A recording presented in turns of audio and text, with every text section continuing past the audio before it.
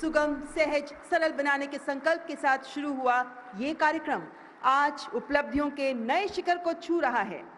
एक बार जोरदार तालियां माननीय प्रधानमंत्री जी के सम्मान में।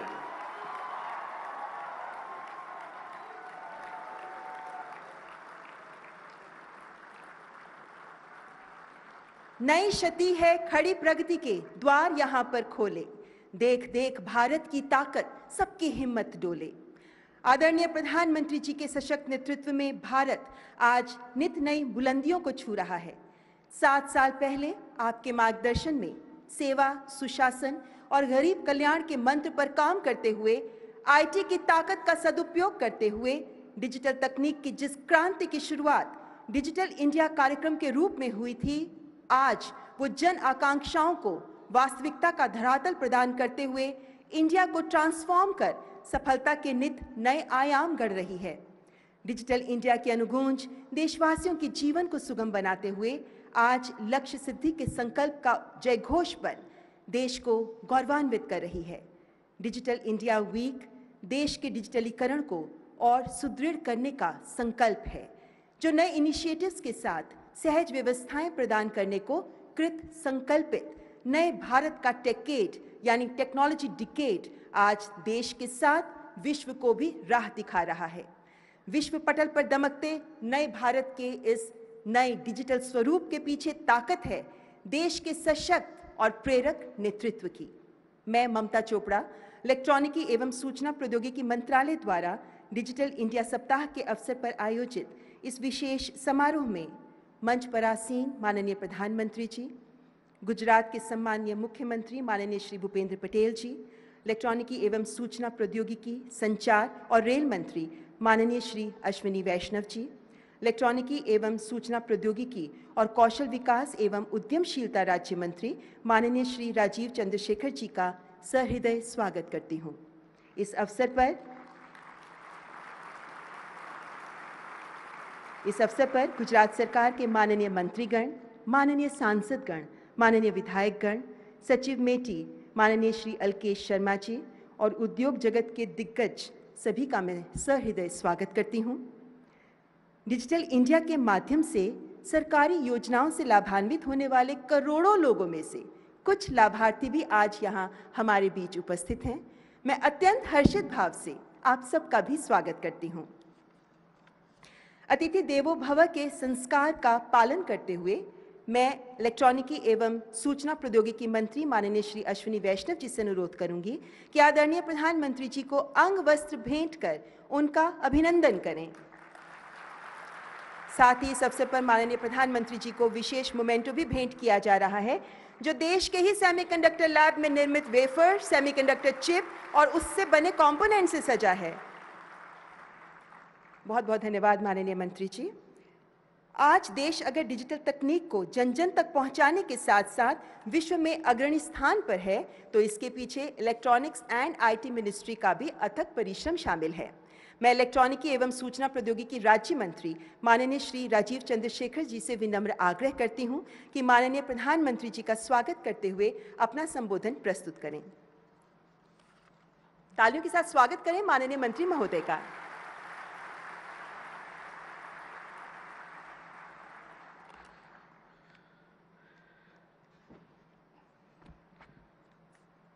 भारत के प्रधानमंत्री माननीय नरेंद्र मोदी जी, मुख्यमंत्री गुजरात भूपेंद्र भाई पटेल जी, भारत सरकार में रेलवेज, टेलीकॉम एवं आईटी मिनिस्टर अश्विनी वैष्णव जी, यहाँ पर उपस्थित मंत्रीगण, एमपीगण, एमएलएगण, अलग अलग प्रदेश से आए हुए डिजिटल इंडिया के बेनिफिशरीज, स्टार्टअप्स, एकेडमिया, ऑफिशियल्स और मित्रों, आप सबको नमस्कार। और ये 2022 डिजिटल इंडिया वीक के इस इनॉग्रल प्रोग्राम में मैं आप सबको स्वागत करता हूं।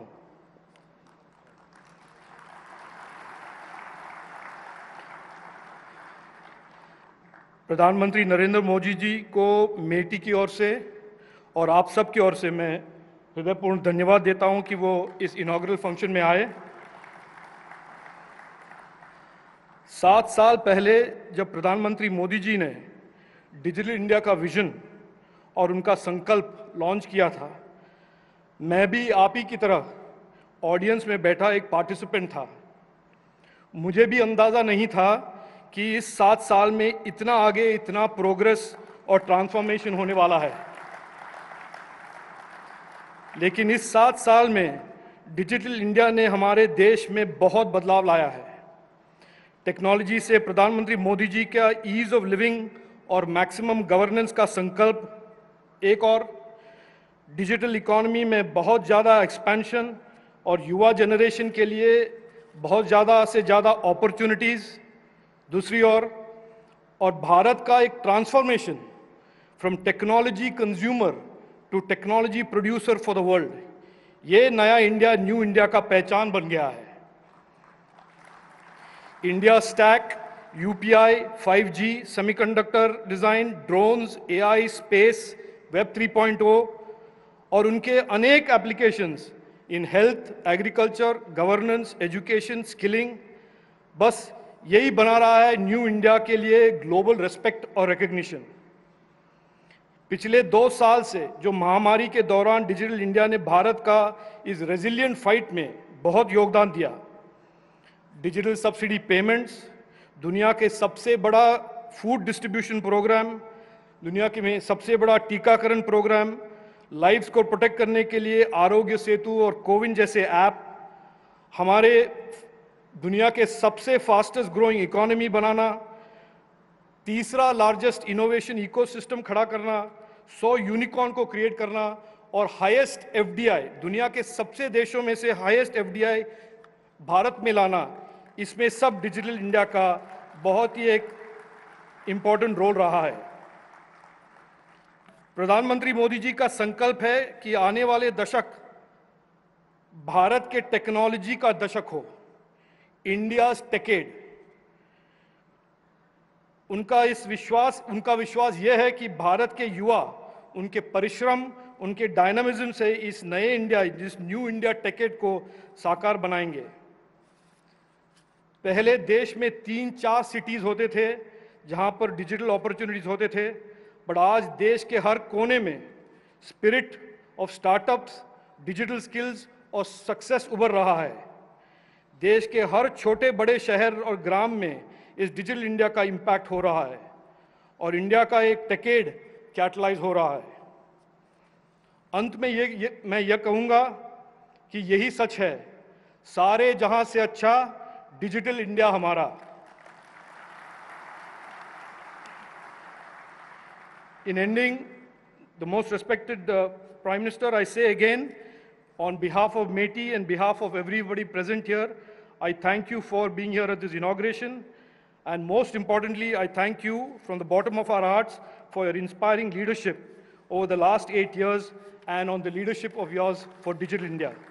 Dhanyawad, namaskar, Jai Hind. धन्यवाद माननीय मंत्री जी। प्रधानमंत्री जी की सोच के अनुरूप उनके द्वारा दिए गए लक्ष्यों को पूरा करने के लिए गंभीरतापूर्वक प्रयासरत रहते हैं कि इलेक्ट्रॉनिकी एवं सूचना प्रौद्योगिकी मंत्री माननीय श्री अश्विनी वैष्णव जी। मैं माननीय मंत्री महोदय से विनम्र अनुरोध करती हूं कि कृपया अपने संबोधन से हमें अनुग्रहित करें। स्वागत करें माननीय मंत्री जी का।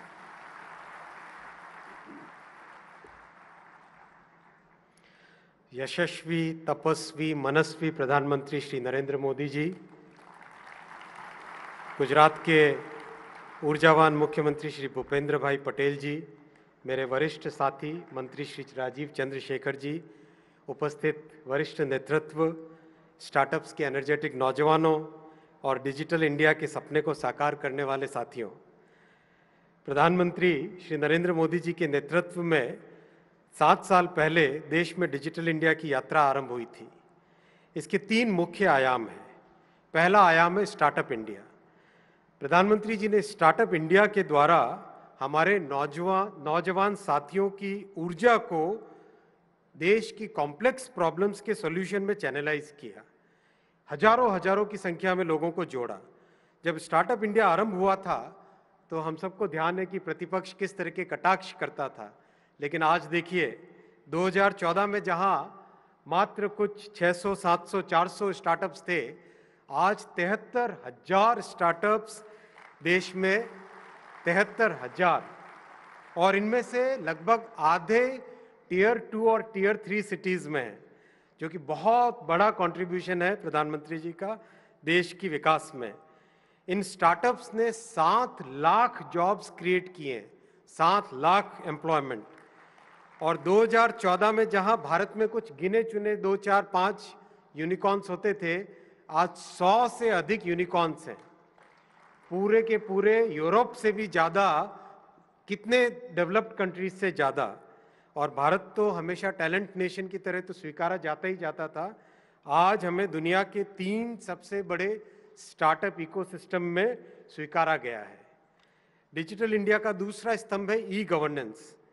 ई गवर्नेंस के माध्यम से प्रधानमंत्री जी ने साधारण मानवी के जीवन में, जीवन को छूने वाली कई सेवाओं को डिजिटल माध्यम से पहुंचाया, उपलब्ध करवाया। एक नया मॉडल क्रिएट किया जिसमें सरकार और स्टार्टअप्स दोनों भागीदार बने, पार्टनर्स बने। दुनिया के बहुत सारे ऐसे देश हैं, विशेषकर डेवलप्ड कंट्रीज, जिसमें डिजिटल सर्विसेज पे कुछ कंपनियों की मोनोपोली बन गई है। लेकिन भारत में प्रधानमंत्री जी ने एक ऐसा मॉडल क्रिएट किया जिसमें पब्लिक डिजिटल प्लेटफॉर्म्स बने, स्टार्टअप्स उसके साथ जुड़े, और डिजिटल सर्विसेज को पहुंचाने का जो माध्यम बना वो एक बहुत बड़े आयाम में लोगों के साथ डिस्ट्रीब्यूट हुआ, किसी में कॉन्सेंट्रेटेड फॉर्म में नहीं रहा। एक बहुत बड़ा एग्जाम्पल है इसका यूपीआई। इस साल मई और जून दोनों महीनों में लगातार करीब करीब 10 लाख करोड़ के ट्रांजैक्शन यूपीआई से हुए। और माननीय प्रधानमंत्री जी ने हमें संकल्प दिया था कि यूपीआई को दुनिया भर में पहुंचाओ। अब करीब 30 देश के साथ इसके साथ वार्तालाप चल रहा है, और 3 देशों ने ऑलरेडी एमओयू साइन कर लिए हैं, सिंगापुर ने, यूएई ने और फ्रांस ने। इसी तरह के पब्लिक डिजिटल प्लेटफॉर्म्स अब स्वास्थ्य, कृषि और शिक्षा में भी और भी कई क्षेत्रों में बन रहे हैं। डिजिटल इंडिया का तीसरा आयाम है इलेक्ट्रॉनिक्स मैन्युफैक्चरिंग। 8 साल पहले भारत में इलेक्ट्रॉनिक्स मैन्युफैक्चरिंग करीब करीब नगण्य थी, छोटी सी इंडस्ट्री होती थी। आज $75 बिलियन यानी करीब 6 लाख करोड़ रुपए की ये इंडस्ट्री है। रोजगार 25 लाख के आसपास रोजगार इलेक्ट्रॉनिक्स मैन्युफैक्चरिंग में जनरेट हुआ है। हाई क्वालिटी रोजगार है ये। और जिस तरह से प्रधानमंत्री जी ने संकल्प रखा है देश के सामने, आगामी 5 वर्षों में $300 बिलियन तक इस इंडस्ट्री को ले जाना है, यानी विश्व के टॉप 3 कंट्रीज में इलेक्ट्रॉनिक्स मैन्युफैक्चरिंग में पहुंचना है। और रोजगार को आज के 25 लाख से 80 लाख तक पहुंचाना है। माननीय प्रधानमंत्री जी, आज डिजिटल इंडिया वीक के लिए आपने समय दिया, हमेशा आप मार्गदर्शन करते हैं, और आपकी गरिमामयी उपस्थिति से हम सबका मनोबल बढ़ाने के लिए आपको कोटि कोटि धन्यवाद। आपके संकल्प को सिद्धि में करने के लिए हम सभी प्रतिबद्ध हैं। जय हिंद।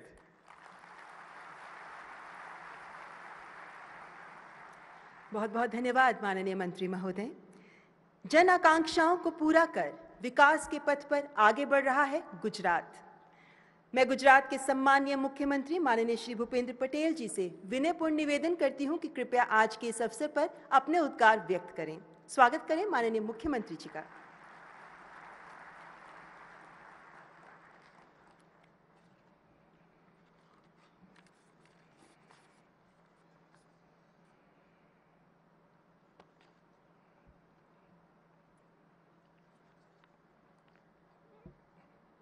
રાજ્યના પાટનગર ગાંધીનગરના મહાત્મા મંદિર ખાતે આયોજિત ભારત સરકારના ઇલેક્ટ્રોનિક અને સૂચના પ્રૌદ્યોગિક મંત્રાલય દ્વારા આયોજિત ડિજિટલ ઇન્ડિયા વીક કાર્યક્રમમાં આપણી સૌની વચ્ચે ઉપસ્થિત ભારત વર્ષના હૃદય સમ્રાટ, વૈશ્વિક નેતા આદરણીય પ્રધાનમંત્રી શ્રી નરેન્દ્રભાઈ મોદી સાહેબ, केंद्रीय रेलवे संचार और इलेक्ट्रॉनिक्स प्रौद्योगिक मंत्री श्री अश्विनी वैष्णव जी, आईटी और स्किल डेवलपमेंट विभागना राज्य मंत्री श्री राजीव चंद्रशेखर जी, गुजरात प्रदेशना अध्यक्ष श्री CR पाटिल जी, मारा साथी मंत्रीमंडलना सौ सदस्यश्रीओ, धारासभ्यश्रीओ, सांसदश्रीओ આઈટી સેક્ટરના સૌ સંચાલકશ્રીઓ, સ્ટાર્ટઅપ સેક્ટર સાથે સંકળાયેલા અગ્રણીયશ્રીઓ, ટેકનિશિયન મિત્રો, પ્રેસ મીડિયાના મિત્રો, સૌને મારા નમસ્કાર. વડાપ્રધાન શ્રી નરેન્દ્રભાઈ મોદીજીના વરદ હસ્તે ડિજિટલ ઇન્ડિયા વીકનો શુભારંભ આજે ગુજરાતની ધરતી પરથી થવા જઈ રહ્યો છે, તે આપણા સૌ માટે ગૌરવપૂર્ણ ઘટના છે. સાથે સાથે આજે આદરણીય વડાપ્રધાન શ્રી નરેન્દ્રભાઈ મોદી સાહેબના દિશા દર્શનમાં ગુજરાતે આજે વધુ એક ગૌરવ મેળવ્યું છે, જે ભારત સરકારે આજે જાહેર કરેલ સ્ટાર્ટઅપ રેન્કિંગ 2021માં ગુજરાતનો પ્રથમ ક્રમ મેળવ્યો છે. ગુજરાત સતત ત્રીજી વાર આપશ્રીના માર્ગદર્શનમાં બેસ્ટ પરફોર્મન્સ સ્ટેટની ગૌરવ સિદ્ધિ પણ સાથે સાથે મેળવી છે. 2014 પહેલા પણ દેશમાં કોમ્પ્યુટર, મોબાઈલ, ઇન્ટરનેટની સુવિધાઓ તો હતી જ, પણ ડિજિટલ ઇન્ડિયાના નિર્માણનો વિચાર માત્ર આપણા વડાપ્રધાન શ્રી નરેન્દ્રભાઈ મોદીને આવ્યો. દેશનું શાસન દાયિત્વ સંભાળ્યાના એક જ વર્ષમાં તેમણે 2015માં ડિજિટલ ઇન્ડિયા મિશન શરૂ કર્યું અને તેની ઉત્તર જ્વલંત સફળતાને પગલે આજે ડિજિટલ ઇન્ડિયા વીકનો તેમના જ હસ્તે પ્રારંભ થઈ રહ્યો છે. આદરણીય શ્રી મોદીજીના માર્ગદર્શનમાં અનેકવિધ ડિજિટલ પહેલ, ઈ ગવર્નન્સ પદ્ધતિઓ પાછળ 2-2.5 દાયકાથી સફળતાપૂર્વક આપણે અમલ કરી રહ્યા છીએ. ડિજિટલ ટેકનોલોજીએ પ્લાનિંગ, ઇમ્પ્લિમેન્ટેશન, ફીડબેકની એક આખી સાયકલ ઘડી આપી છે, જેથી સરકારને પણ સમયને અનુરૂપ બદલાવ લાવવાની દિશા મળે છે. PM Gatishakti national master plan તેનું શ્રેષ્ઠ ઉદાહરણ છે. ભારત સરકારે 16 જેટલા વિભાગને એક મંચ પર લાવી ઇન્ફ્રાસ્ટ્રક્ચર અને કનેક્ટિવિટીને લગતા પ્રોજેક્ટનો અમલ ઝડપી બનાવ્યો છે. ગુજરાત આ પીએમ ગતિશક્તિ પ્લાન અંતર્ગત સક્રિયપણે કાર્યરત છે. સરકારની વિવિધ કલ્યાણ યોજનાના લાભ હોય કે ખેડૂતો, ગંગા સ્વરૂપા બહેનો, યુવા છાત્રોને મળતી લોન સહાય હોય, બધા જ નાણાકીય વ્યવહાર હવે ડિજિટલ ટેકનોલોજીથી ડીબીટીથી થાય છે. મને જણાવતા ગર્વ થાય છે કે ડીબીટીથી લાભ આપવામાં ગુજરાત દેશમાં મોખરે છે. નાગરિકોને ઘર આંગણે સરકારી સેવાનો લાભ મળી રહે તે માટે વેબ અને મોબાઈલ આધારિત digital Gujarat portal one stop destination તરીકે ઉભરી રહ્યું છે. ભારત નેટના ફાઇબર ઓપ્ટિક માળખાના ઉપયોગથી ડિજિટલ સેવા સેતુ દ્વારા રાજ્ય સરકાર 300થી વધુ સેવાઓ 14,000થી વધુ ગ્રામ પંચાયતના ઈ ગ્રામ કેન્દ્રો ઉપર ઘર આંગણે પહોંચાડી રહી છે. ગુજરાતમાં 35,000 કિલોમીટરથી વધારે લંબાઈના ઓપ્ટિક ફાઇબર સરકારે પાથર્યા છે. તેના પરિણામે રાજ્યની 99.97% ગ્રામ પંચાયતો ઓપ્ટિક ફાઇબર કનેક્ટિવિટી ઉપલબ્ધ છે. સરકારી કચેરીઓમાં પારદર્શક, ઝડપી અને પેપરલેસ વહીવટ માટે ઈ સરકાર પ્રોજેક્ટ પણ શરૂ કર્યો છે. ડિજિટલ ટેકનોલોજીની મદદથી ક્રાઇમ પ્રિવેશન અને ટ્રાફિક કંટ્રોલ માટે આશ્વત અને વિશ્વાસ પ્રોજેક્ટ સરકારે અમલમાં મૂક્યા છે. તાજેતરમાં જ અમદાવાદમાં ભગવાન જગન્નાથજીની 145મી રથયાત્રામાં બોડી વોર્ન કેમેરા અને ડ્રોન કેમેરાથી ડિજિટલ સર્વેલન્સ કરવામાં આવ્યું હતું. ડ્રોન ટેકનોલોજી અને ડિજિટલ ટેકનોલોજીના સમન્વયથી ખેતરોમાં ખાતર છાંટવાની પહેલ પણ ગુજરાતે કરી છે. સીએમ ડેશબોર્ડ વહીવટી તંત્રની ગતિવિધિઓ પર દેખરેખ રાખવા માટે સરકારનું ત્રીજું નેત્ર બન્યું છે. વિવિધ વિભાગના પરફોર્મન્સ ઇન્ડિકેટરનું સીએમ ડેશબોર્ડ પરથી નિરીક્ષણ કરી ગુજરાત સરકારે ઇઝ ઓફ ગવર્નન્સ સાકાર કર્યું છે. શિક્ષણ વ્યવસ્થાનું આર્ટિફિશિયલ ઇન્ટેલિજન્સ અને મશીન લર્નિંગના આધારે વિશ્લેષણ કરવા માટે વિદ્યા સમીક્ષા કેન્દ્ર આદરણીય પ્રધાનમંત્રી શ્રી નરેન્દ્રભાઈ મોદીજીના વરદ હસ્તે કાર્યરત થયું છે. જી શાળા દ્વારા વિદ્યાર્થીઓને ડિજિટલ લર્નિંગ કન્ટેન્ટ આપવામાં પણ સરકાર સફળ રહી છે. રાજ્ય સરકારે જાહેર કરેલી આઈટી પોલિસી 2022-27ને રોકાણકારોનો વ્યાપક પ્રતિસાદ મળ્યો છે. પ્રતિષ્ઠિત ઉદ્યોગકારો, રોકાણકારો ગુજરાતની આ પોલિસીના પ્રોત્સાહન લાભથી પ્રેરિત થઈ રાજ્યમાં આઈટી અને આઈટી ક્ષેત્રે રોકાણ માટે આવતા થયા છે. ગુજરાત મક્કમ ગતિએ ડિજિટલ ટ્રાન્સફોર્મેશનની દિશામાં આગળ વધી રહ્યું છે. આવનાર 25 વર્ષ એટલે કે આઝાદીના અમૃતકાળ દરમિયાન વિકાસનો મુખ્ય આધાર ડિજિટલ ટેકનોલોજી બનવાની છે. ત્યારે આપણે વડાપ્રધાન શ્રી નરેન્દ્રભાઈ મોદીના નેતૃત્વમાં એ માટેનો પાયો અત્યારથી જ નખાઈ ગયો છે. ડિજિટલ ઇન્ડિયાના અમૃતકાળ દરમિયાન દેશનું ગ્રોથ એન્જિન ગુજરાત પણ ડિજિટલ ક્રાંતિમાં અગ્રેસર રાજ્યની ભૂમિકા અદા કરશે તેવા વિશ્વાસ સાથે વિરમું છું. ભારત માતા કી જય. વંદે માતરમ. જય જય ગરવી ગુજરાત.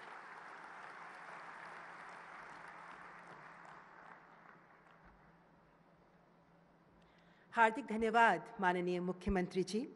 डिजिटल इंडिया कार्यक्रम का निरंतर व्यापक होता दायरा और लाभार्थियों का बढ़ता आंकड़ा आज इस बात का संकेत है कि आज ये एक जन अभियान बन गया है, जिसकी उपलब्धियों पर प्रस्तुत है एक लघु फिल्म।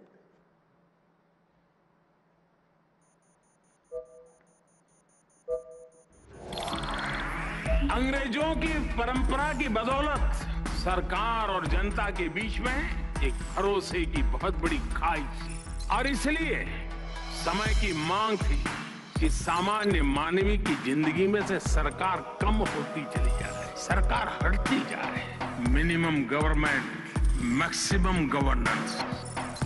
1 जुलाई 2015 देश ने देखा एक सपना।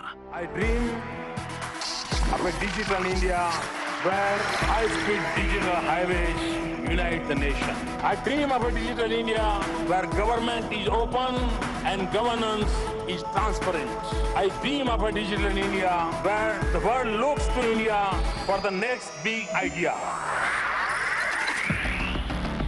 बिफोर डिजिटल इंडिया हम भाग रहे थे सरकार के पीछे, आज सरकार आ रही है हम तक। बिफोर डिजिटल इंडिया गरीब आदमी के पास बैंक अकाउंट नहीं, मतलब गरीब हमेशा साहूकारों के सहारे। आज 45 करोड़ 72 लाख से अधिक जनधन बैंक खाते खोले गए हैं, जो है अमेरिका, ऑस्ट्रेलिया, कनाडा की कुल जनसंख्या से भी अधिक। Before digital India Bharat electronics अधिकतर बाहर से इंपोर्ट करता था।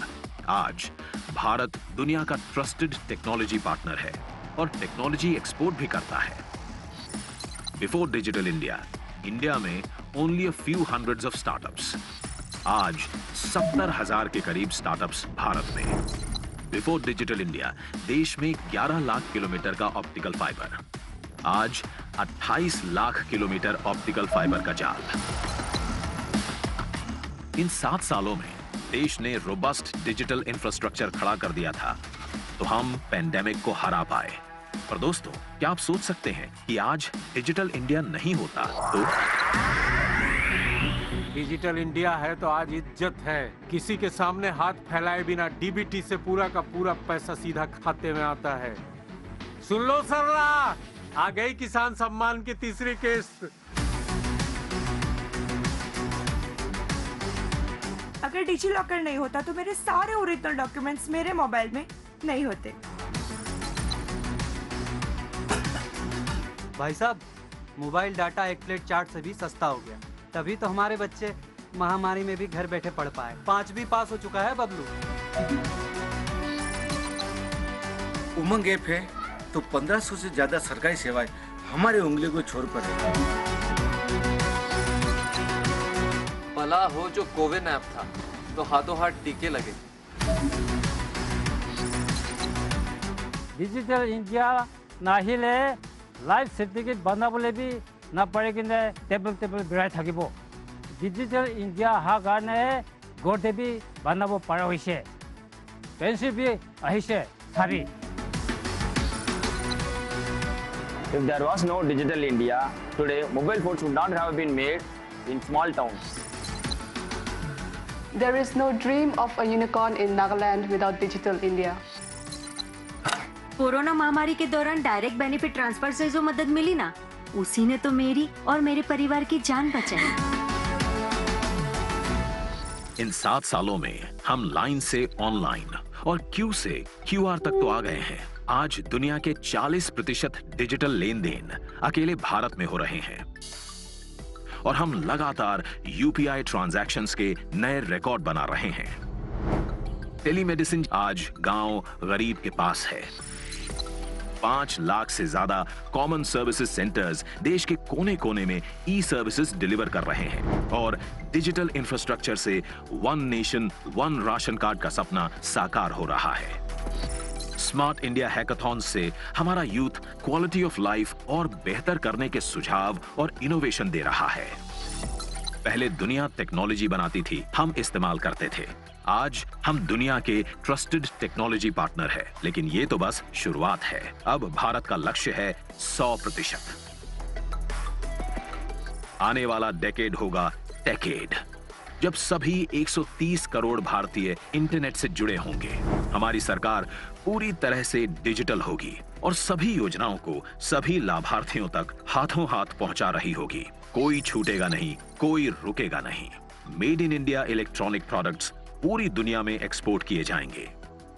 एआई, सेमीकंडक्टर, ड्रोन्स सेक्टर्स में लाखों स्टार्टअप्स मशरूम हो रहे होंगे। भारत की स्किल दुनिया के काम आएगी। गली गली से टेक्नो स्टार्स निकलेंगे जो भारत को दुनिया का टेक्नोलॉजी टैलेंट हब बनाएंगे। 2025 तक हम छलांग लगा चुके होंगे $1 ट्रिलियन डिजिटल इकोनॉमी की ओर। आज जब हम आजादी का अमृत महोत्सव मना रहे हैं, तो मेरा भी यही सपना है कि भारत में हर हाथ में स्मार्टफोन हो, हर खेत में ड्रोन हो और हर घर में समृद्धि हो।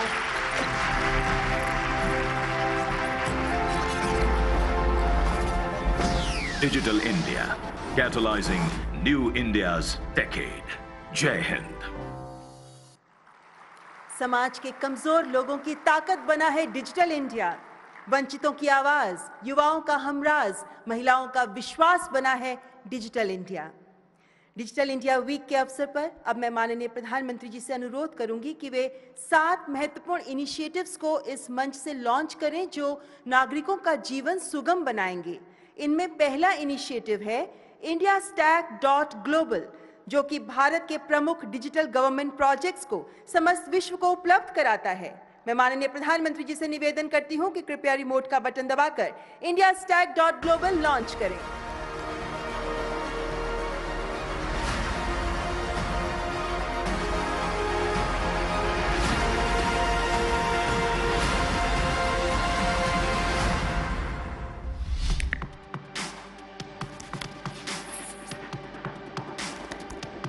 The Digital India Mission, under the visionary leadership of Prime Minister Shri Narendra Modi, has led India far into the digital era.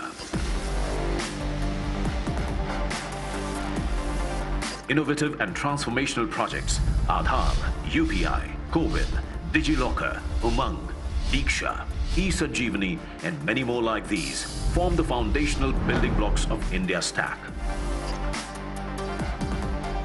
These together have resulted in ease of living for 1 billion plus people and led to efficiency, transparency, accountability in the governance. These technology-led innovations, based on open standards and interoperability principles, are now available on indiastack.global. Digital solutions from India will now be shared globally so that other nations can reuse them, adopt them, and benefit from India's positive experiences. Riding the wave of digital technology, indiastack.global will catapult India's techade and further India's ethos of Vasudhaiva Kutumbakam. indiastack.global. धन्यवाद माननीय प्रधानमंत्री जी। दूसरी महत्वपूर्ण पहल है माई scheme service discovery platform, जो आपको आपकी पात्रता के आधार पर योजनाओं को दर्शाएगा। मैं माननीय प्रधानमंत्री जी से विनयपूर्ण आग्रह करती हूं कि कृपया बटन दबाकर माई स्कीम प्लेटफॉर्म राष्ट्र को समर्पित करें।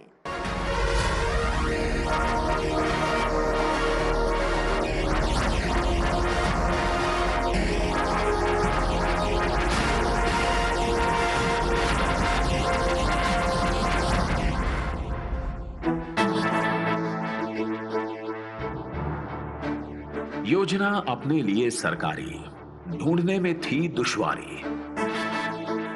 दफ्तर दफ्तर ढूंढे उसको, कहां मिले वो पता ये किसको। 138 करोड़ लोगों का देश और तमाम योजनाओं में से अपने मतलब की योजना ढूंढना बड़ा मुश्किल है। अब माई स्कीम है आई, दूर हुई सब कठिनाई।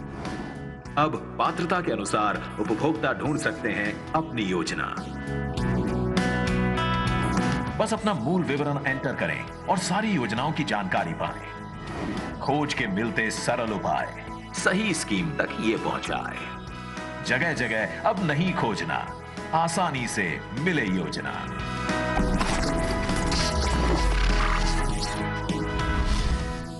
myscheme.gov.in। आपका आभार माननीय प्रधानमंत्री जी। और अब लॉन्च की जाएगी मेरी पहचान, पहचान एक सेवाएं अनेक, national single sign on service. माननीय प्रधानमंत्री जी से अनुरोध, कृपया इसे भी राष्ट्र को समर्पित करें।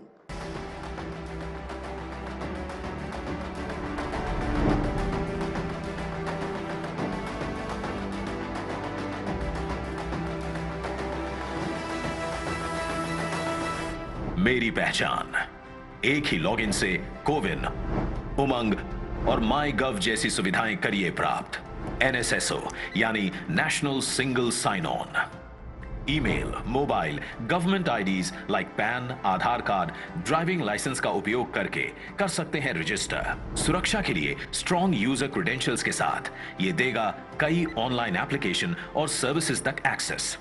इसकी यूजर ऑथेंटिकेशन और वेरीफाइड आइडेंटिटी सर्विसेज की खूबी ईज ऑफ डूइंग बिजनेस की राह भी करेगा आसान। अधिक जानकारी के लिए विजिट करें मेरीपहचान.gov.in पर। पहचान एक, सेवाएं अनेक। धन्यवाद माननीय प्रधानमंत्री जी।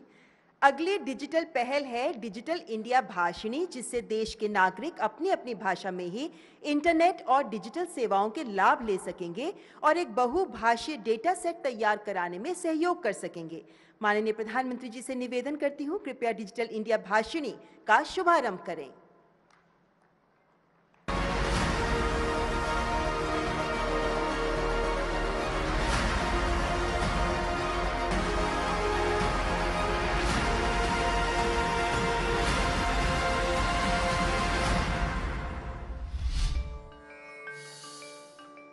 भाषिणी, भाषिणी, भाषिणी। कश्मीर से कन्याकुमारी तक भाषाओं को जोड़ेगी भाषिणी। डिजिटल इंडिया को सबकी भाषा में उपलब्ध कराएगी भाषिणी।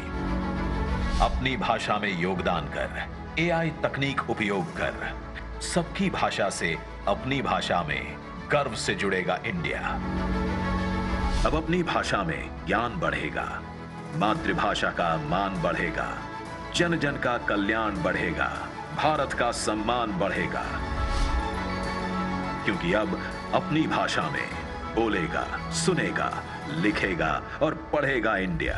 आइए मिलकर भाषा दान करें, भाषिणी को साकार करें। बोलो इंडिया, सुनो इंडिया, लिखो इंडिया, देखो इंडिया। धन्यवाद माननीय प्रधानमंत्री जी। डिजिटल इंडिया के अंतर्गत अब लॉन्च की जाएगी Genesis, GeNext support for innovative startup, जो टियर 2 और टियर 3 सिटीज में स्टार्टअप्स को बढ़ावा देने का अनूठा प्रयास है। मैं माननीय प्रधानमंत्री जी से निवेदन करती हूं, कृपया बटन दबाकर जेनेसिस लॉन्च करें।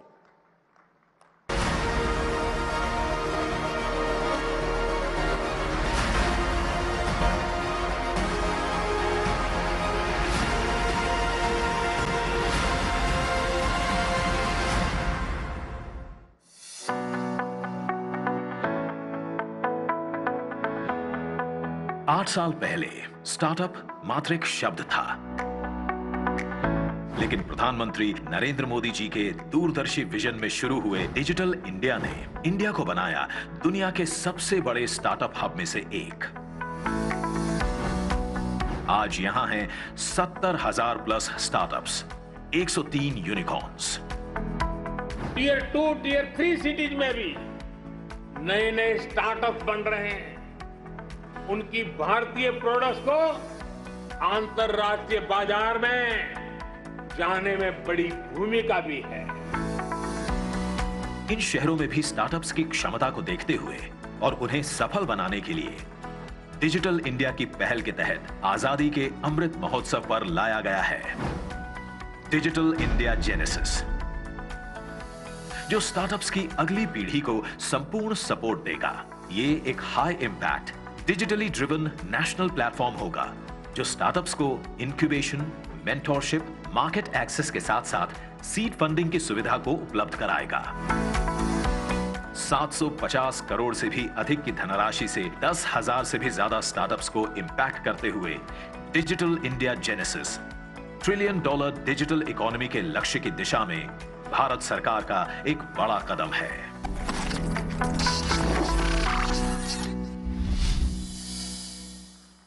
आपका आभार माननीय प्रधानमंत्री जी।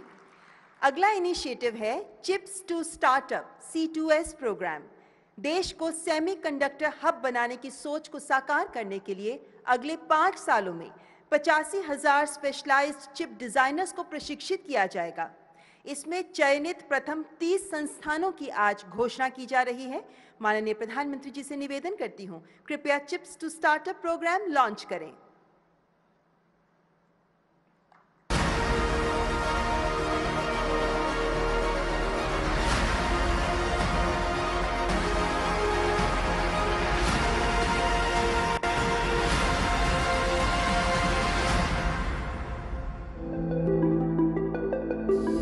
The government has announced a holistic policy to catalyze India's semiconductor ecosystem. In line with this, MeitY has announced Digital India Initiative Chips to Startup program for capacity building, inviting participation from academia, R&D organizations, startups, and MSMEs.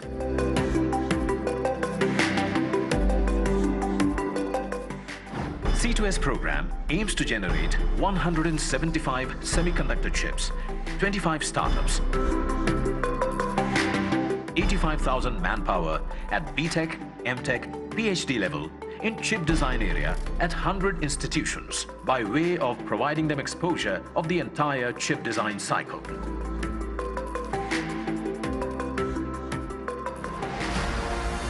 Now, the first cohort of 30 institutions to be supported under C2S program is being unveiled, which will catapult India's growth in the field of semiconductor design.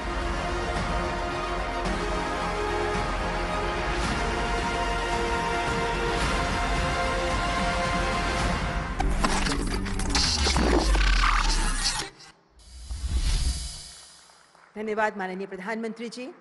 Bharat के digital India programme से करोड़ों भारतीयों की जिंदगी में जीवन सुगमता का उजियारा फैला है। देश भर में से ऐसे बदलावों और परिवर्तनकारी अनुभवों को समेटकर तैयार की गई है e book catalysing new India's techade, जो न्यू इंडिया के टेकेड यानी तकनीक दशक की उपलब्धियों को रेखांकित करती है। माननीय प्रधानमंत्री जी से विनम्र निवेदन कि कृपया रिमोट का बटन दबाकर ई बुक लॉन्च करें। ई बुक जो आपको ले जाएगा प्रधानमंत्री नरेंद्र मोदी जी डिजिटल इंडिया को साकार करने डिजिटल इंडिया अद्भुत सफर पर जहां आप देखेंगे और विभिन्न राज्य सरकारों के प्रयासों की। तो ये ई बुक जो देश भर में करोड़ों भारतवासियों की जिंदगी बदलने वाले अनुभवों को समेटकर तैयार की गई है। आपका आभार माननीय प्रधानमंत्री जी। आज का भारत नया भारत है, जिसकी विकास गाथा के रचनाकार हैं माननीय प्रधानमंत्री जी, जिनके कारण देश की सिद्धि और समृद्धि की गूंज सारे विश्व में है। करोड़ों जन की आकांक्षाओं को पूरा करने वाले जन नायक, राष्ट्र नायक माननीय प्रधानमंत्री जी से सादर अनुग्रह है कि अपने आशीर्वचनों द्वारा हमारा मार्गदर्शन करें। जोरदार उद्घोष के साथ स्वागत करें माननीय प्रधानमंत्री जी का।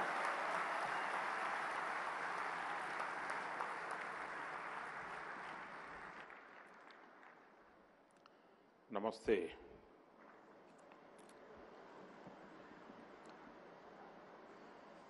गुजरात के मुख्यमंत्री श्री भूपेंद्र भाई पटेल, केंद्रीय मंत्रिपरिषद के मेरे सहयोगी श्री अश्विनी वैष्णव जी, श्री राजीव चंद्रशेखर जी, अलग अलग राज्यों से जुड़े सभी प्रतिनिधि, डिजिटल इंडिया के सभी लाभार्थी, स्टार्टअप्स और इंडस्ट्री से जुड़े सभी साथी, एक्सपर्ट्स, एकेडमिशियंस, रिसर्चर्स, देवी और सज्जनों, आज का ये कार्यक्रम 21वीं सदी में निरंतर आधुनिक होते भारत की एक झलक लेकर आया है। टेक्नोलॉजी का सही इस्तेमाल पूरी मानवता के लिए कितना क्रांतिकारी है, इसका उदाहरण भारत ने डिजिटल इंडिया अभियान के तौर पर पूरे विश्व के सामने रखा है। मुझे खुशी है कि 8 वर्ष पहले शुरू हुआ ये अभियान बदलते हुए समय के साथ खुद को विस्तार दे रहा है। हर साल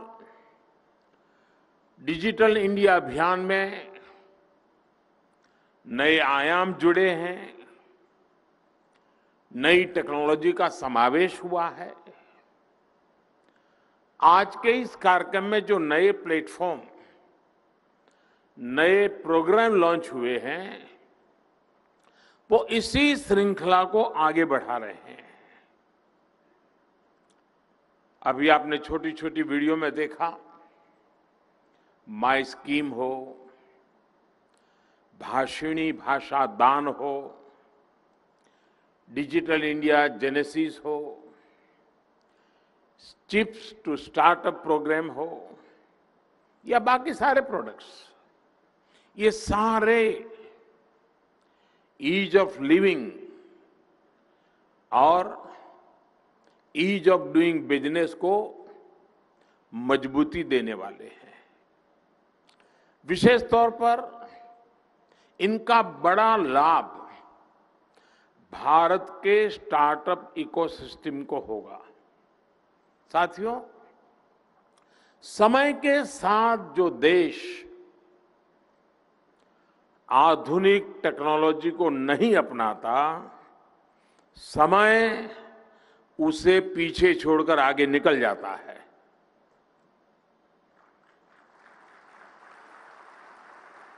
और वो वहीं का वहीं रह जाता है। तीसरी औद्योगिक क्रांति के समय भारत इसका भुक्तभोगी रहा है, लेकिन आज हम ये गर्व से कह सकते हैं कि भारत चौथी औद्योगिक क्रांति, इंडस्ट्री 4.0, आज भारत गर्व से कह सकता है कि हिंदुस्तान दुनिया को दिशा दे रहा है। और मुझे इस बात की दोहरी खुशी है कि गुजरात ने इसमें भी एक तरह से पथ प्रदर्शक की भूमिका निभाई है।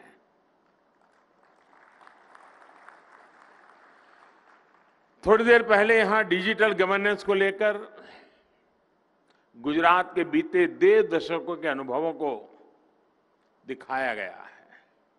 गुजरात देश का पहला राज्य था जहां Gujarat state data centre GSDC, Gujarat state wide area network GSWAN, ग्राम सेंटर्स और ATVT जनसेवा केंद्र जैसे पिलर्स खड़े किए गए।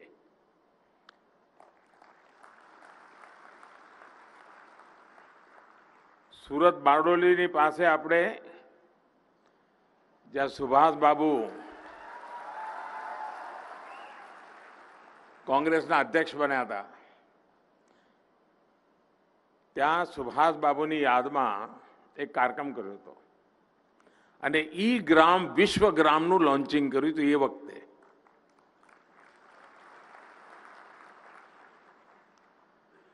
गुजरात के अनुभवों ने 2014 के बाद राष्ट्रीय स्तर पर टेक्नोलॉजी को गवर्नेंस का व्यापक हिस्सा बनाने में बहुत मदद की है. धन्यवाद गुजरात. यही अनुभव डिजिटल इंडिया मिशन का आधार बने. आज जब हम पीछे मुड़कर देखते हैं तो आपको महसूस होता है कि इन 7-8 सालों में डिजिटल इंडिया ने हमारा जीवन कितना आसान बना दिया है. 21वीं सदी में जिनका जन्म हुआ है, जो हमारी युवा पीढ़ी है जिसका जन्म 21वीं सदी में हुआ है, उनके लिए तो आज डिजिटल लाइफ बहुत कूल लगती है, फैशन स्टेटमेंट लगता है उनको. लेकिन सिर्फ 8-10 साल पहले की स्थितियों को याद कीजिए. बर्थ सर्टिफिकेट लेने के लिए लाइन, बिल जमा करना है तो लाइन, राशन के लिए लाइन, एडमिशन के लिए लाइन, रिजल्ट और सर्टिफिकेट के लिए भी लाइन, बैंकों में लाइन. इतनी सारी लाइनों का समाधान भारत ने ऑनलाइन होकर कर दिया.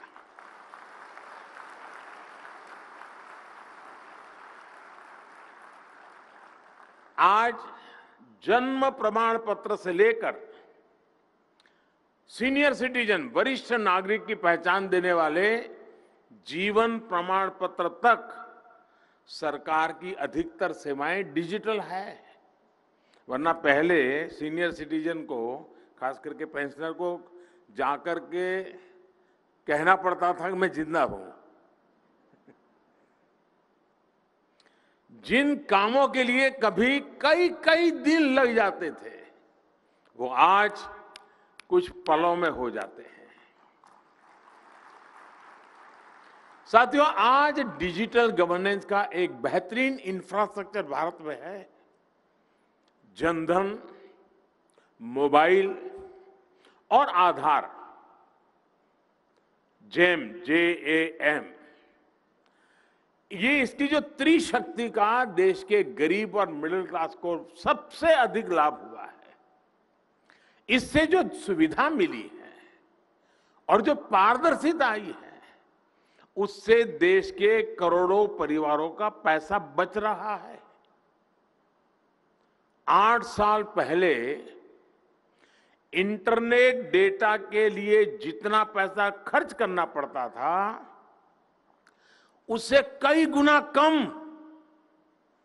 यानी एक प्रकार से नगण्य, उस कीमत में आज उससे भी बेहतर डेटा सुविधा मिल रही है.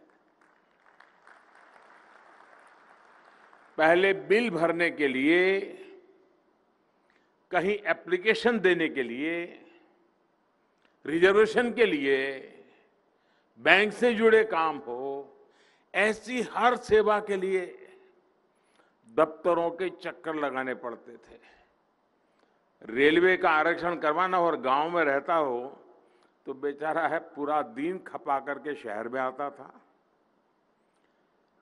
100-150 रुपया बस का किराया खर्चा करता था और फिर लाइन में लगता था रेलवे आरक्षण के लिए. आज वो कॉमन सर्विस सेंटर पे जाता है और वहीं से उसको ये मेरी कॉमन सर्विस सेंटर वाली फोन दिखती है और वहीं से उसका काम हो जाता है, गांव में ही हो जाता है. और गांव वालों को भी पता है कि हाँ ये व्यवस्था है. इसमें भी किराए, भाड़े, आना जाना, दिन लगाना, सभी खर्चों में कटौती आई है। गरीब, मेहनत मजदूरी करने वालों के लिए तो ये बचत और भी बड़ी है, क्योंकि उनका पूरा दिन बच जाता है। और कभी कभी हम सुनते थे ना, टाइम इज मनी। सुनने और कहने में तो अच्छा लगता है, लेकिन जब उसका अनुभव सुनते हैं तो दिल को छू जाता है। मैं अभी काशी गया था, तो काशी में रात को, दिन में तो इधर उधर जाता हूं तो ट्रैफिक और लोगों को परेशानी, तो फिर मैं रात को 1-1:30 बजे रेलवे प्लेटफॉर्म पर चला गया देखने के लिए वे कहाँ क्या हाल है, क्यों वहाँ के एमपी हूं तो काम तो करना है।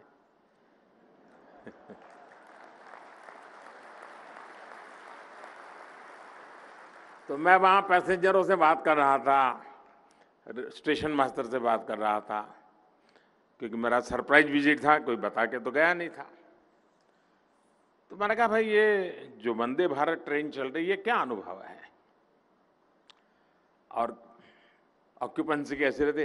अरे बोले साहब, इतनी उसकी मांग है कि हमें कम पड़ रहे हैं। तो मैंने कहा, ये तो थोड़ी ट्रेन महंगी है, इसकी टिकट ज्यादा लगती है, इसमें लोग क्यों जाते हैं? बोले साहब, इसमें मजदूर लोग सबसे ज्यादा जाते हैं, गरीब लोग सबसे ज्यादा जाते हैं।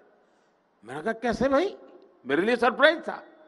बोले वो 2 कारण बताते हैं। एक, बोले वंदे भारत ट्रेन में स्पेस इतनी है कि सामान उठा के लेके जाते हैं तो रखने की जगह मिल जाती है।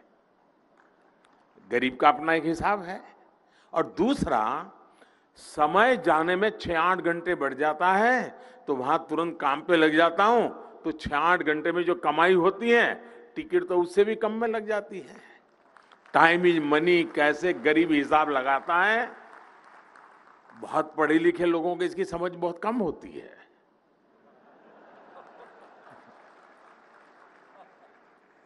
साथियों, ई संजीवनी जैसी टेली कंसल्टेशन की जो सेवा शुरू हुई है, मोबाइल फोन से बड़े बड़े अस्पताल, बड़े बड़े डॉक्टरों के साथ प्राइमरी सारी चीजें पूरी हो जाती है। और इसके माध्यम से अब तक 3 करोड़ से अधिक लोगों ने अपने घर में बैठे ही अपने मोबाइल से अच्छे अस्पताल में अच्छे से डॉक्टर से कंसल्ट किया है। अगर उनको डॉक्टर के पास जाना पड़ता तो आप कल्पना कर सकते हैं कितनी कठिनाइयां होती, कितना खर्चा होता। ये सारी चीजें डिजिटल इंडिया सेवा के कारण जरूरत नहीं पड़ी। साथियों, सबसे बड़ी बात जो पारदर्शिता इससे आई है, उसने गरीब और मध्यम वर्ग को अनेक स्तरों पर चलने वाले भ्रष्टाचार से मुक्ति दी है।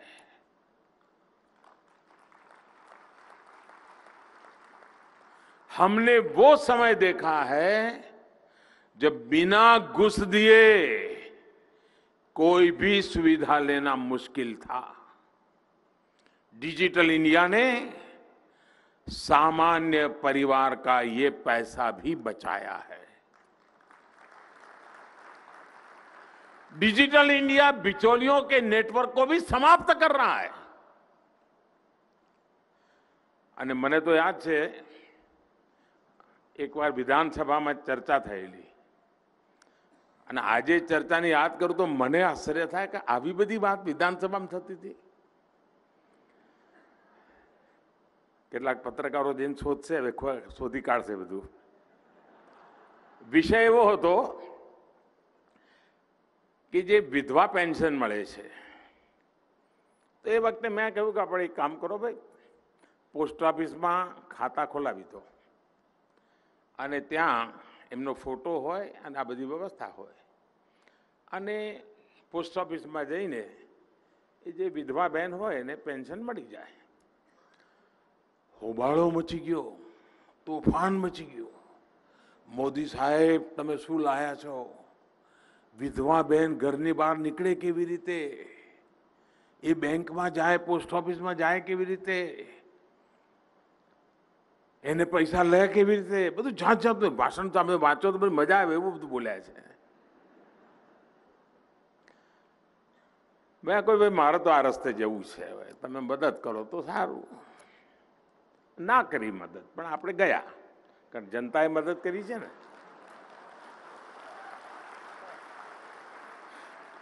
પણ આ તોફાન શું કરવા મચાવતા હતા સાહેબ? એમને વિધવાની ચિંતા નહોતી. જ્યારે અમે પોસ્ટ ઓફિસમાં ફોટો પહેચાન આ બધી વ્યવસ્થા ઊભી કરી ત્યારે તો આ ડિજિટલની દુનિયા એટલી બધી પહોંચી નહોતી. તમને આશ્ચર્ય થશે, સેંકડો વિધવા એવી મળી કે જે દીકરીનો જન્મ જ નહોતો થયો ને વિધવા થઈ ગઈ હતી ને પેન્શન જતું હતું. હવે આ કોના ખાતામાં જતું હશે તમને ખબર પડી હશે. એટલે કાગા રોડ થાય કે ના થાય, આવા બધા બૂચબંધ કરી દઈએ એટલે તકલીફ તો પડે ને ભાઈ.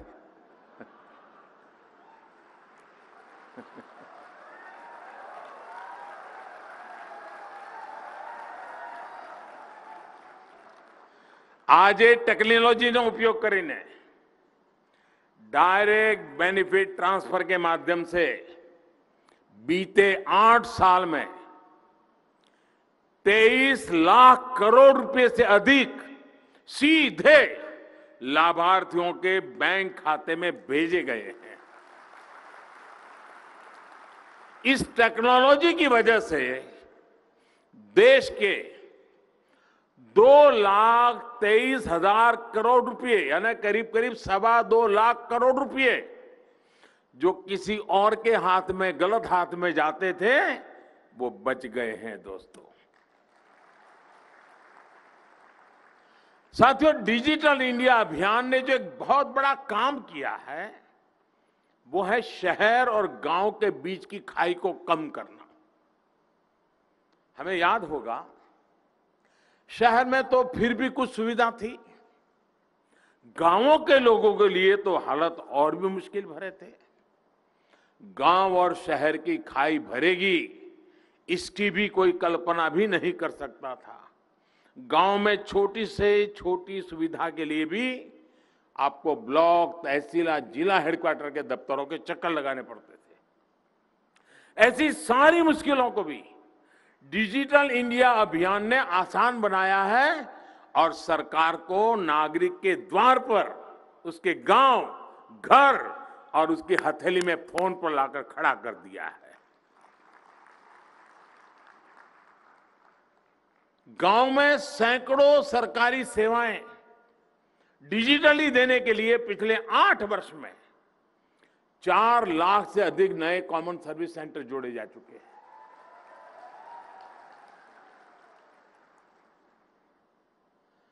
आज गांव के लोग इन केंद्रों से डिजिटल इंडिया का लाभ ले रहे हैं. मैं पिछले दिनों ત્યાં દાહોદ આવ્યો હતો, તો દાહોદમાં બધા મારા આદિવાસી ભાઈ બહેનોને મળવાનું થયું. તો એમાં એક દિવ્યાંગ કપલ હતું, 30-32 વર્ષની ઉંમર હશે. એણે મુદ્રા યોજનામાંથી પૈસા લીધા, કોમ્પ્યુટરનું થોડું બધું શીખ્યા અને પતિ પત્નીએ કોમન સર્વિસ સેન્ટર શરૂ કર્યું દાહોદના આદિવાસી જિલ્લાના એક નાના ગામડામાં. એ ભાઈ અને એમના પત્ની મને મળ્યા. એ મને કે સાહેબ મારી એવરેજ 28,000 રૂપિયાની આવક છે. ગામડામાં લોકો હવે મારે ત્યાં જ સેવા લે છે. ડિજિટલ ઇન્ડિયાની તાકાત જુઓ ભાઈ. 1.25 लाख से अधिक कॉमन सर्विस सेंटर, ग्रामीण स्टोर, अब ई कॉमर्स को भी ग्रामीण भारत तक ले जा रहे हैं. एक बीजो अनुभव વ્યવસ્થાઓનો કેવી રીતે લાભ લેવાય. મને યાદ છે જ્યારે હું અહીંયા ગુજરાતમાં હતો તો ખેડૂતોને વીજળી બિલ ભરવા માટે તકલીફ પડતી હતી. એના પૈસા લેવાની જગ્યાઓ 800 કે 900 હતી. મોડો પડે એટલે નિયમ પ્રમાણે વીજળી કનેક્શન કપાઈ જાય. ફરી કનેક્શન લેવું એટલે બીજું પાછું પેમેન્ટ કરવું પડે. આપણે ભારત સરકારને એ વખતે વિનંતી કરી અટલજીની સરકાર હતી. અટલજીને મેં વિનંતી કરી કે સાહેબ આ પોસ્ટ ઓફિસમાં લેવાનું મને ચાલુ કરી આપો ને. વીજળીનું બિલ અમારા ખેડૂતનું પોસ્ટ ઓફિસવાળા લે એટલું કરી આપો. અટલજીએ મારી વાત માની અને ગુજરાતમાં ખેડૂતોને વીજળીની તકલીફમાંથી મુક્તિ મળી ગઈ હતી. વ્યવસ્થાઓ ઉપયોગ કેમ કરાય એવો હમણાં એક પ્રયોગ મેં દિલ્હીમાં ગયા પછી કર્યો. આદત તો જાય નહીં, કારણ કે આપણે અમદાવાદી સિંગલ ફેર ડબલ જર્ની વાળો ટેવ પડેલી, એટલે આપણે રેલવેની પોતાનું વાઈફાઈ બહુ સ્ટ્રોંગ નેટવર્ક છે. એટલે એ વખતે અમારા રેલવેના મિત્રોને કહ્યું, આ 2019ની ચૂંટણી પહેલાની વાત છે, મેં એમને કહ્યું કે ભાઈ રેલવેના જે પ્લેટફોર્મ છે એના પર વાઈફાઈ મફત કરી દો અને આજુબાજુના ગામડાના બાળકોને ત્યાં આવીને ભણવું હોય તો આવે, એને વાઈફાઈ મફત મળે, એને કનેક્ટિવિટી મળી જાય, અને જે વાંચવું હોય ભણવું હોય ભણે.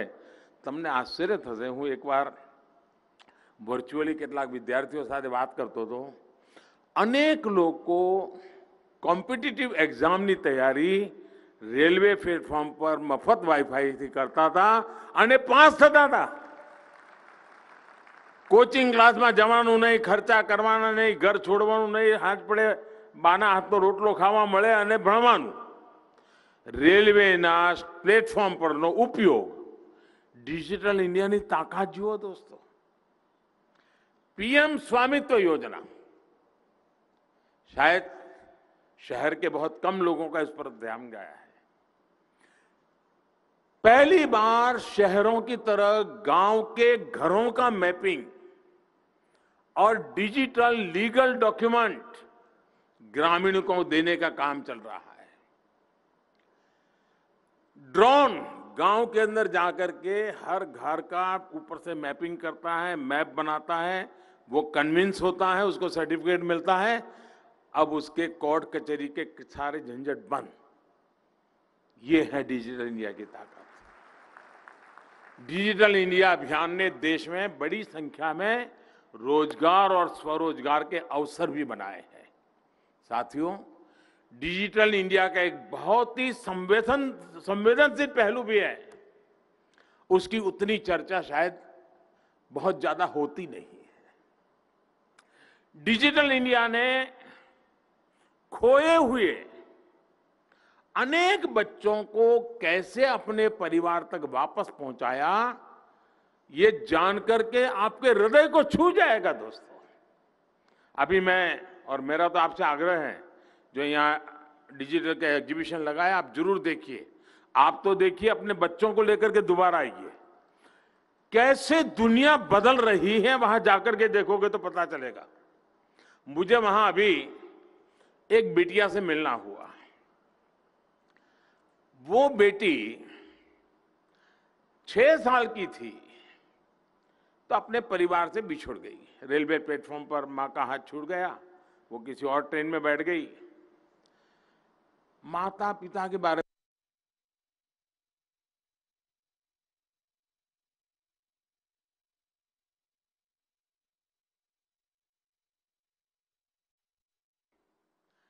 छह साल की थी तो अपने परिवार से बिछुड़ गई. रेलवे प्लेटफॉर्म पर मां का हाथ छूट गया, वो किसी और ट्रेन में बैठ गई.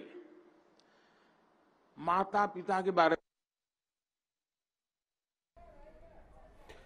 ये सीधा प्रसारण आप देख रहे हैं. प्रधानमंत्री नरेंद्र मोदी गांधीनगर में डिजिटल इंडिया वीक 2022 का उद्घाटन करने के बाद अपना संबोधन दे रहे हैं. इस वक्त प्रधानमंत्री नरेंद्र मोदी के संबोधन का आप सीधा प्रसारण देख रहे थे और उन्होंने अपने संबोधन में ख़ास तौर पर डिजिटल इंडिया का जो महत्व है उसके बारे में वो विस्तार से बात कर रहे हैं. डिजिटल इंडिया के दौरान उसकी जो उपलब्धियां डिजिटल इंडिया की रही हैं उसके बारे में वो ख़ास तौर पर कह रहे हैं कि किस तरह से जो तस्वीर है वो भारत की डिजिटल इंडिया की वजह से बदल रही है, किस तरह से इसका इस्तेमाल कर करीब 2.25 लाख. तो प्रधानमंत्री नरेंद्र मोदी के संबोधन की कुछ बड़ी बातें आपको बताते हैं. 21वीं सदी में निरंतर आधुनिक होते हुए भारत की कहानी है आज का कार्यक्रम.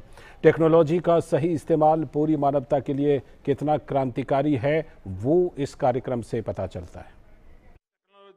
व्यवस्था की ताकत कि आज वो बच्ची अपने परिवार के साथ अपनी जिंदगी जी रही है, अपने सपनों को साकार करने के लिए अपने गांव में कोशिश कर रही है। आपको भी ये जानकर के अच्छा लगेगा और मेरी जानकारी है ऐसे अनेक स्थानों से 500 से अधिक बच्चे इस टेक्नोलॉजी की मदद बीते 8 वर्षों में डिजिटल इंडिया ने देश में जो सामर्थ्य पैदा किया है उसने कोरोना वैश्विक महामारी से मुकाबला करने में भारत की बहुत मदद की है।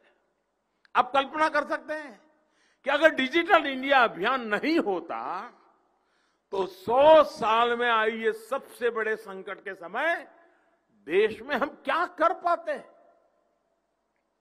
हमने देश की करोड़ों महिलाओं, किसानों, मजदूरों, उनके बैंक अकाउंट में एक क्लिक करके हजारों करोड़ रुपए उनके यहां पहुंचा दिए, उनको जीने की कोई तकलीफ नहीं होने दी।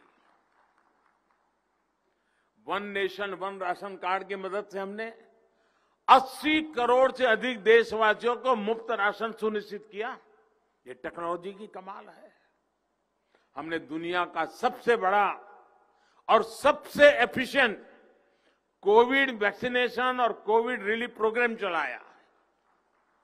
आरोग्य सेतु और कोविन ये ऐसे प्लेटफॉर्म है कि उसके माध्यम से अब तक करीब करीब 200 करोड़ वैक्सीन डोज उसका पूरा रिकॉर्ड उपलब्ध है।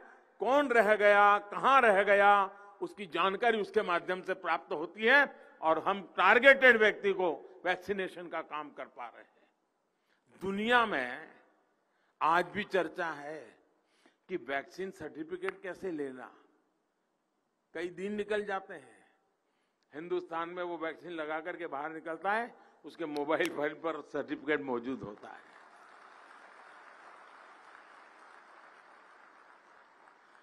दुनिया कोविन के द्वारा वैक्सीनेशन का डिटेल सर्टिफिकेट की जानकारी की चर्चा कर रहा है। हिंदुस्तान में कुछ लोग उनका कांटा इसी बात पे अटक गया कि इस पर मोदी की फोटो क्यों है। इतना बड़ा ख्वाब, उनका दुबाग वही अटक गया। साथियों, भारत का डिजिटल फिनटेक सॉल्यूशन और आज युग फिनटेक का है, इसके विषय में भी मैं कहूंगा। कभी पार्लियामेंट के अंदर एक बार चर्चा हुई है, वो देख लेना, जिसमें देश के भूतपूर्व वित्त मंत्री जी भाषण कर रहे हैं कि लोगों के पास मोबाइल फोन नहीं है, लोग डिजिटल कैसे करेंगे, पता नहीं क्या क्या वो बोले हैं। आप सुनोगे तो आपको आश्चर्य होगा। ये बहुत पढ़े लिखे लोगों का यही तो हाल होता है जी।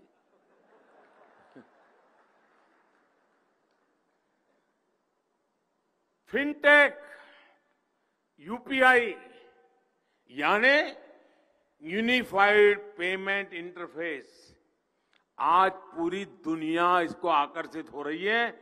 वर्ल्ड बैंक समेत सबने ये उत्तम से उत्तम प्लेटफॉर्म के रूप में उसकी सराहना की है।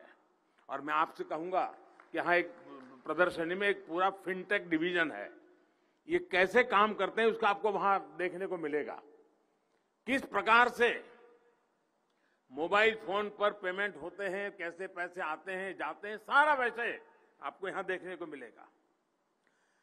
और मैं कहता हूं ये फिनटेक का जो प्रयास हुआ है, ये सही मायने में by the people, of the people, for the people, इसका उत्तम से उत्तम समाधान है।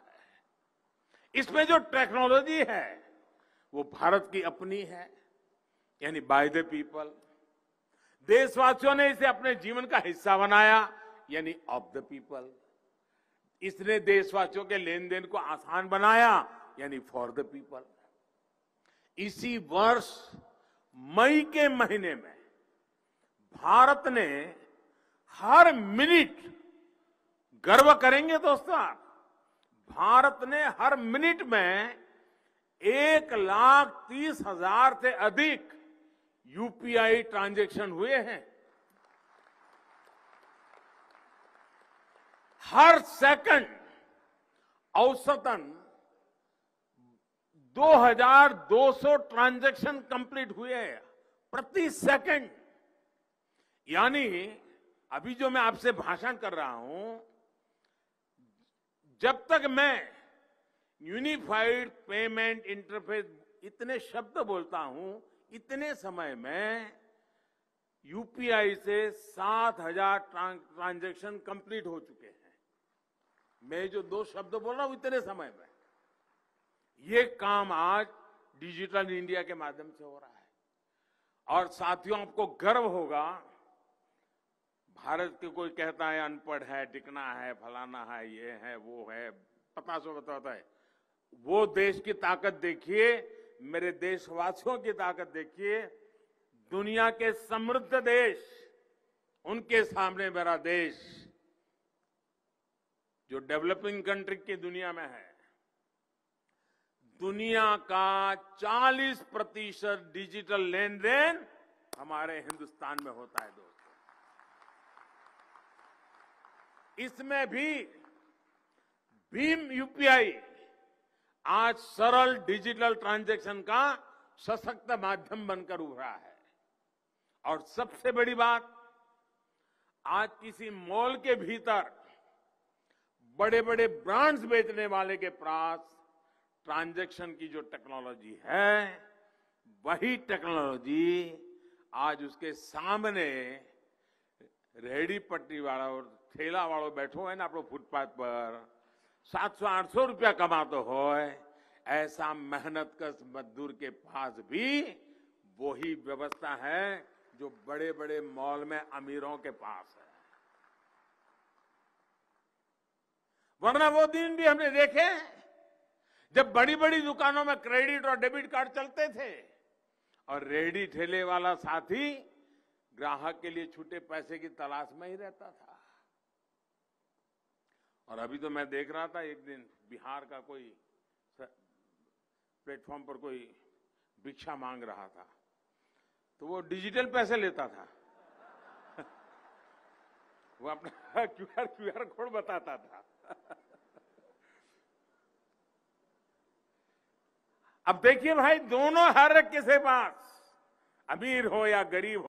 इसलिए आज दुनिया के विकसित देश हो या फिर वो देश जो इस प्रकार की टेक्नोलॉजी में इन्वेस्टमेंट नहीं कर सकते, उनके लिए यूपीआई जैसे भारत के डिजिटल प्रोडक्ट आज आकर्षण का केंद्र है।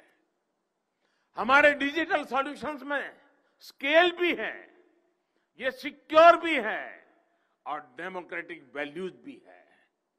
हमारा ये जो गिफ्ट सिटी का काम है ना, मेरे शब्द लिख के रखिए दोस्तों, और मेरा 2005 या 6 का भाषण है वो भी सुन लीजिए।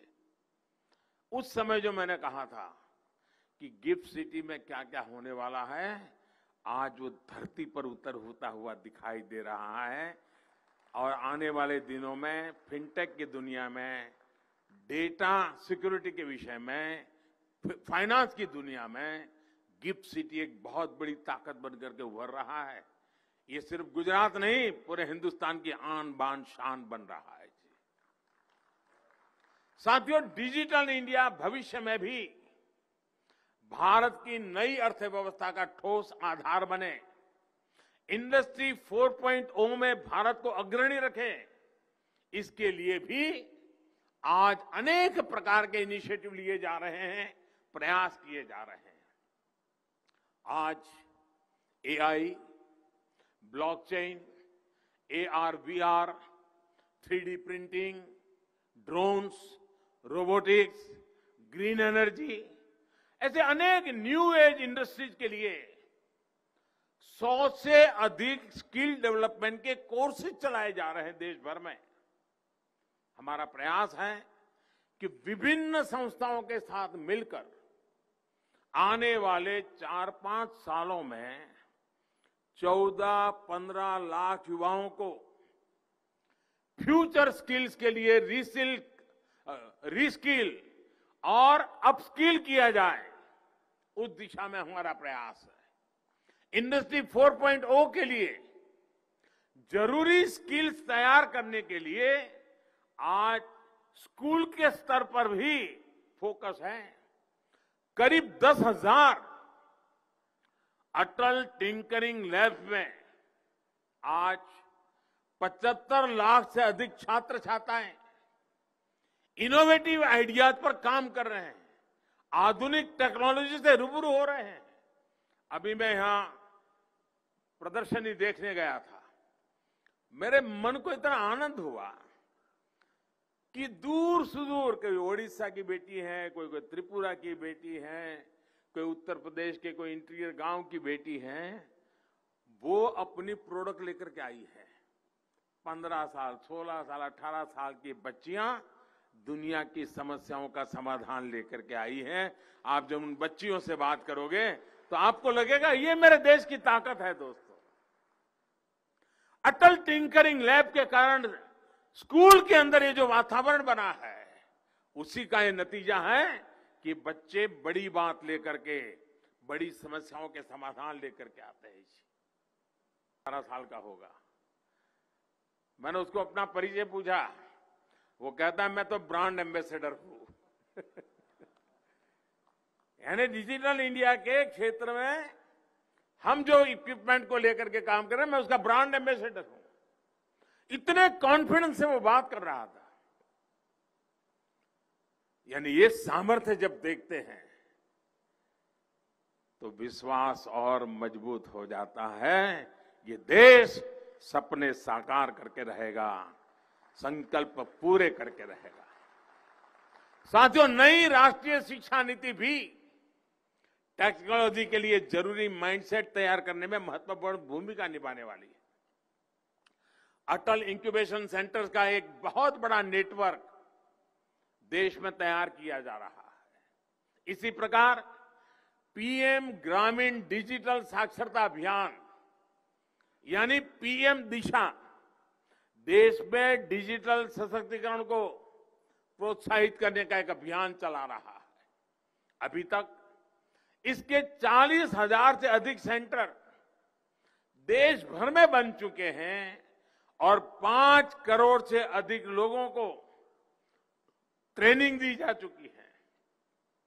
साथियों, डिजिटल स्किल्स और डिजिटल इंफ्रास्ट्रक्चर के साथ साथ टेक्नोलॉजी के सेक्टर में युवाओं को ज्यादा से ज्यादा अवसर देने के लिए अनेक विविध दिशाओं में रिफॉर्म्स किए जा रहे हैं। स्पेस हो, मैपिंग हो, ड्रोन हो, गेमिंग और एनिमेशन हो, ऐसे अनेक सेक्टर जो फ्यूचर डिजिटल टेक को विस्तार देने वाले हैं, उनको इनोवेशन के लिए खोल दिया गया है। इनस्पेस, अब इनस्पेस का हेडक्वार्टर अहमदाबाद में बना है। इनस्पेस और नई ड्रोन पॉलिसी जैसे प्रावधान आने वाले वर्षों में भारत के टेक पोटेंशियल को इस दशक में नई ऊर्जा देंगे। मैं जब यहां इनस्पेस के हेडक्वार्टर के उद्घाटन के लिए आया था पिछले महीने, तो कुछ बच्चों से मेरी बातचीत हुई, स्कूल के बच्चे थे। वे सैटेलाइट छोड़ने की तैयारी कर रहे हैं, अंतरिक्ष में सैटेलाइट छोड़ने की तैयारी कर रहे हैं। तो मुझे वहां बताया गया कि हम आजादी के अमृत महोत्सव के निमित्त स्कूल के बच्चों द्वारा बनाए 75 सैटेलाइट आसमान में छोड़ने वाले, अंतरिक्ष में छोड़ने वाले हैं। ये मेरे देश की स्कूल की शिक्षा में हो रहा है। दोस्तों, साथियों, आज भारत अगले 3-4 साल में इलेक्ट्रॉनिक मैन्युफैक्चरिंग को $300 बिलियन से भी ऊपर ले जाने के लक्ष्य पर काम कर रहा है। भारत चिप टेकर से चिप मेकर बनना चाहता है। सेमीकंडक्टर्स का उत्पादन बढ़ाने के लिए भारत में तेजी से निवेश बढ़ रहा है। पीएलआई स्कीम से भी इसमें मदद मिल रही है। यानी मेक इन इंडिया की शक्ति और डिजिटल इंडिया की ताकत की डबल डोज भारत में इंडस्ट्री 4.0 को नई ऊंचाई पर ले जाने वाली है। आज का भारत उस दिशा की तरफ बढ़ रहा है जिसमें नागरिकों को योजनाओं के लाभ के लिए, दस्तावेजों के लिए सरकार के पास फिजिकल रूप में आने की जरूरत नहीं होगी। हर घर में पहुंचता इंटरनेट और भारत की क्षेत्रीय भाषाओं की विविधता भारत के डिजिटल इंडिया अभियान को नई गति देगी। डिजिटल इंडिया अभियान ऐसे ही नए नए आयाम खुद में जोड़ता चलेगा। डिजिटल स्पेस में ग्लोबल लीडरशिप को दिशा देगा। और मैं आज, समय मेरे पास कम था, मैं हर यूनिट को नहीं देख पाया, लेकिन शायद 2 दिन भी कम पड़ जाए, इतनी सारी चीजें हैं वहां। और मैं गुजरात के लोगों से कहूंगा कि मौका मत छोड़िए। आप जरूर अपने स्कूल कॉलेज के बच्चों को वहां ले जाइए। आप भी समय निकाल के जाइए। एक नया हिंदुस्तान आपके आंखों के सामने दिखाई देगा और सामान्य मानवीय के जीवन की जरूरतों से जुड़ा हुआ हिंदुस्तान दिखेगा। एक नया विश्वास पैदा होगा, नए संकल्प घड़े जाएंगे और आशा आकांक्षाओं की पूर्ति का विश्वास लेकर के डिजिटल इंडिया के माध्यम से भी देश भविष्य का भारत, आधुनिक भारत, समृद्ध और सशक्त भारत, उस दिशा में आगे बढ़ने की तैयारी की तरफ तेज गति से बढ़ रहा है। इतने कम समय में जो प्राप्त किया है, भारत के पास टैलेंट है, भारत के नौजवानों का सामर्थ्य है, उन्हें अवसर चाहिए।